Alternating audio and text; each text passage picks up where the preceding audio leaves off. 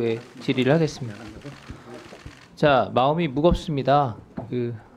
폭력은 어떤 이유로도 정당화될 수가 없습니다. 평화롭고 정당한 방식으로 주장이 이루어져야 됩니다.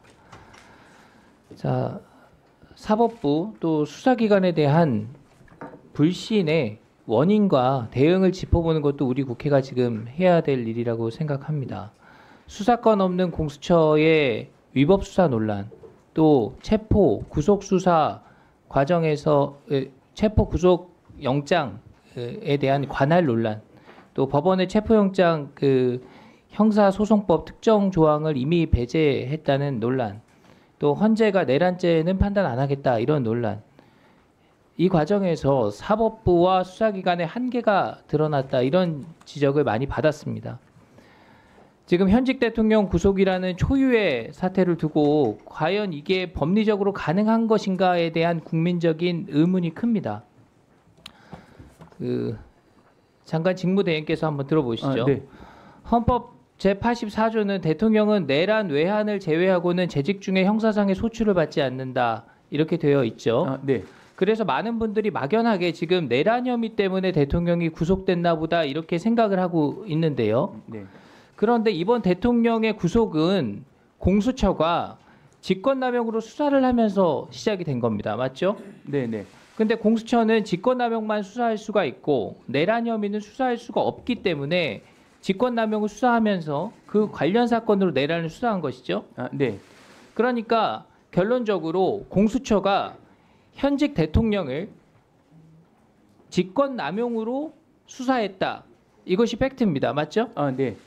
그럼 여기서 쟁점이 발생하는 겁니다. 지금까지는 헌법 제84조에 대통령이 재직 중 소추받지 않는다는 그 조문의 의미를 기소가 불가한 사하고 그리고 기소가 불가하기 때문에 따라서 수사도 불가능하다는 의미로 주로 해석을 해왔습니다. 맞습니까? 기소가 불가능한 범죄에 대해서 수사가 가능한지에 대한 여러 가지 의견들이 있는 것으로 알고 있습니다. 맞습니다. 네. 그러니까 기소할 수 없는 사건에 대해서 수사를 할 수 있느냐 없느냐는 논란이었는데 대체로 기소를 못하는 사건이기 때문에 수사도 안 하는 것이 관례였고 수사하기 어렵다고 보는 이 법학자들이 많았다는 거죠. 맞습니까? 네, 그런 견해들도 있고 일부 가능하다는 견해도 있고 다양한 견해들이 있는 것으로 알고 있습니다. 그러면 이번에는 대통령이 재직 중에 지금 기소 불가능한 범죄에 대해서 수사가 가능하다 이런 선례가 남은 거죠.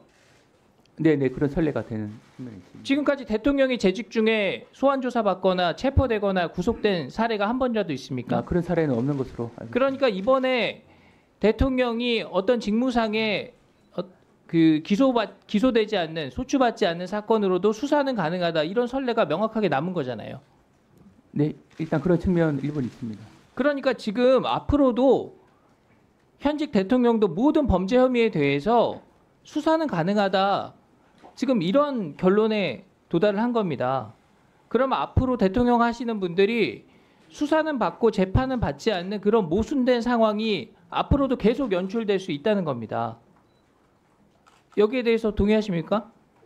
네, 일단 앞에서 말씀드린 바대로 기소할 수 없는 범죄에 대해서 수사를 할 수 있는지 할 수 있다면 그 범위가 어디까지인지를 둘러싸가지고는 여러 가지 견해 대립이 있는 것으로 알고 있습니다. 법제처장님께 여쭤볼게요. 그러면은 제가 방금 말씀드렸듯이 앞으로 대통령 하시는 분들 재판받지 않더라도 수사는 받을 수 있다. 이런 선례가 남았다. 이 주장에 대해서 동의하십니까? 이번에 그런 논란이 현실적으로 된 것에 대해서 아마 이제 본안에서 이 사건이 여기서 끝나는 게 아니지 않습니까? 공수처가 이번에 수사를 했다고 해서 그것이 적법하다고 판정받은 것이 아니기 때문에 아마 대통령이 기소되거나 하게 되면은 그 본안에서 공수처가 대통령에 대해서 소추가 불가능한 직권남용에 대해서 수사를 시작해서 한 것이 적법하냐는 아마 결국 본안에서 판단될 거라고 봅니다. 그러면 처장님 말씀은 결국 대통령이 이 사건으로 기소돼서 처벌이 확정이 되면 범죄가 확정이 되면 그러면은 이런 선례가 명확히 남는다 이렇게 볼 수는 있는 거겠죠. 그렇습니다. 대법원에서도 그걸 인정하면 이제 선례가 남는 것이죠. 그러니까요. 저는 그럴 일이 절대 없다고 생각하지만 당장 이재명 대통령 돼도 모든 범죄 혐의 계속 수사받는 겁니다. 그리고 그게 아니라 그 누가 대통령 되더라도 어떤 직무수행 중에 직권남용 혐의가 있다? 그러면 수사하고 소환 조사 받아라. 이런 상황이 충분히 예상이 되는 것이죠. 이런 혼란을 공수처가 또 일정 부분은 법원이 적극적으로 그 공수처의 해석을 바로잡지 않으면서 이런 논란을 자초한 측면이 있다. 저는 이렇게 보는 겁니다. 그래서 이참에 기관별로 이 책임성 있는 입장 정리가 필요하다 이런 생각을 합니다. 법원행정처 차장님 동의하십니까? 네, 현재 법원에서는 체포영장과 구속영장 청구에 대해서 판단이 이루어졌고요. 이후 뭐 기소 절차가 이루어지게 된다면 법원에서 여러 쟁점에 대해서 합리적인 판단을 할 것이라고 생각하고 있습니다. 지금 대통령에 대한 구속영장이 발부됐는데 발부 사유가 딱 15자예요. 피의자가 증거를 인멸할 우려가 있다. 여기에 대해서 법원이 좀 선명하게 이렇게 국민적 관심이 높고 이 현직 대통령이 구속되는 초유의 사태에 대해서 좀 상세한 설명이 필요하지 않냐 이런 의문을 갖고 있는 겁니다. 수사는 기본적으로 불구속 수사가 원칙이잖아요. 차장님 맞죠? 예, 그건 맞습니다. 예. 구속은 도주 우려 있거나 증거인멸 우려가 있을 때 이뤄지는 겁니다. 맞죠?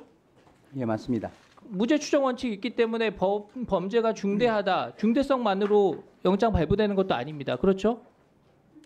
예, 정업적인 사정을 고려해서 판단했을 거라고 그렇습니다. 이재명 대표, 조국 전 대표 역시 불구속 수사 원칙에 따라서 구속되지 않았죠. 그래서 과연 뭐 이 법리 적용에 형평성이 있냐 이런 상식적인 의무를 가진 국민들이 많고 그거에 대해 법원에 또 수사기관에 어떤 불만들이 누적돼 있다 이런 부분입니다. 좀 고려해 주시기 바랍니다. 예, 알겠습니다. 네, 잘 들었습니다. 잠깐만 제가 깜빡했는데요.